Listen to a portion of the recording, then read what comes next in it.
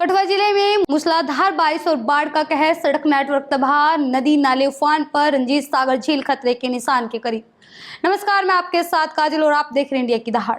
देखिए, जम्मू कश्मीर का कठुआ जिला एक बार फिर मूसलाधार बारिश और बाढ़ की चपेट में है। बीती रात से जारी बारिश ने जनजीवन पूरी तरह अस्त व्यस्त कर दिया है। बता दें कि कच्चे मकानों से लेकर सड़क नेटवर्क तक भारी तबाही की तस्वीरें सामने आ रही हैं। कई इलाकों का जिला मुख्यालयों से संपर्क टूट चुका है। जिला भर में बारिश ने फिर तबाही मचाई है। दर्जनों कच्चे मकानों को बारिश और बाढ़ से नुकसान की जानकारी जहां सामने आ रही है, वहीं पूरे जिले में सबसे ज्यादा नुकसान सड़क नेटवर्क को पहुंचा है। जिला मुख्यालय कठुआ का सभी सब डिवीजन से सीधा संपर्क कट चुका है।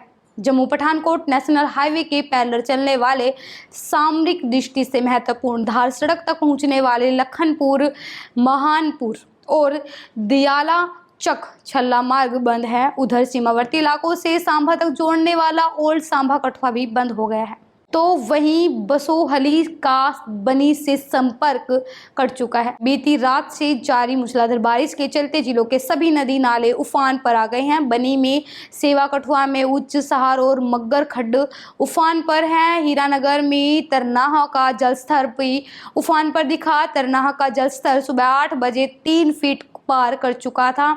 इसके बाद शाम 2 फीट का बहाल तरनाह में दर्ज किया गया। उच्च दरिया में भी बाढ़ से जनजीवन प्रभावित हुआ।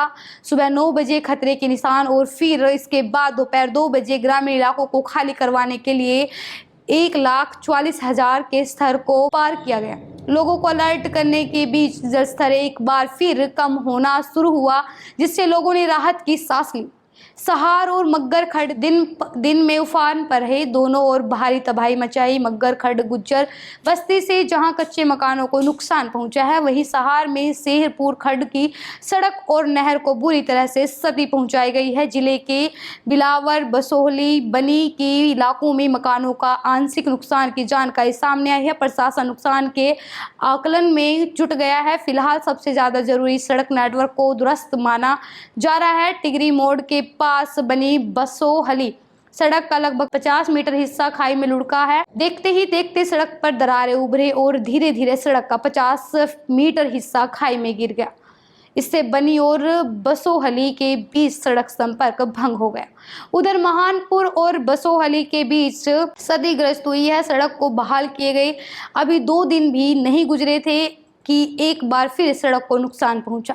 ऐसे में यातायात प्रभावित हो गया। उधर लखनपुर से महानपुर के बीच जगह जगह फासियां गिरने और भूस्खलन के चलते यात्री वाहनों की आवाजाही पूरी तरह से ठप रही।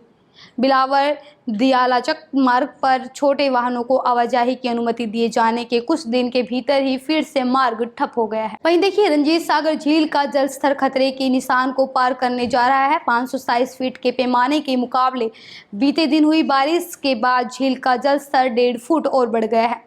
शाम 6 बजे के लगभग ही खतरे की घंटी बजते हुए यह 526 फुट को पार कर गया था। ऐसे में लगातार पहाड़ी इलाकों से रावी में बढ़ रही जल स्तर को देखते हुए बीती सुबह तक जल स्तर खतरे के निशान के पार होने की संभावना है। एडीसी बसोहली पंकज भगोत्रा ने बताया कि लोगों को सुरक्षित जगह भेजा जा रहा है। मंडला में बाढ़ के बाद 148 लोगों को राधा स्वामी सत्संग भवन में ठहराया गया। सुरक्षित स्थानों से लोगों को हटाकर पंचायत घर और स्कूलों में ठहरने की व्यवस्था की गई है। पुलिस को हिदायत दी गई कि लोगों का पुरथू इलाके में जाने से रोके। झील का जल स्तर बढ़ने पर नजर रखी जा रही है। वहीं मानपुर के किलाड़ी इलाके में पहाड़ दरकने और भूस्खलन का मामला प्रकाश में आया है। यहाँ सरकारी स्कूल, पुखर की इमारत और टॉयलेट कॉम्प्लेक्स देखते ही देखते जमीन दोज हो गए। दरअसल भारी बारिश से भर गई जमीन में पहाड़ में सुबह बड़ी बड़ी दरारें आ गई। देखते ही देखते जमीन खिसकती नजर आई।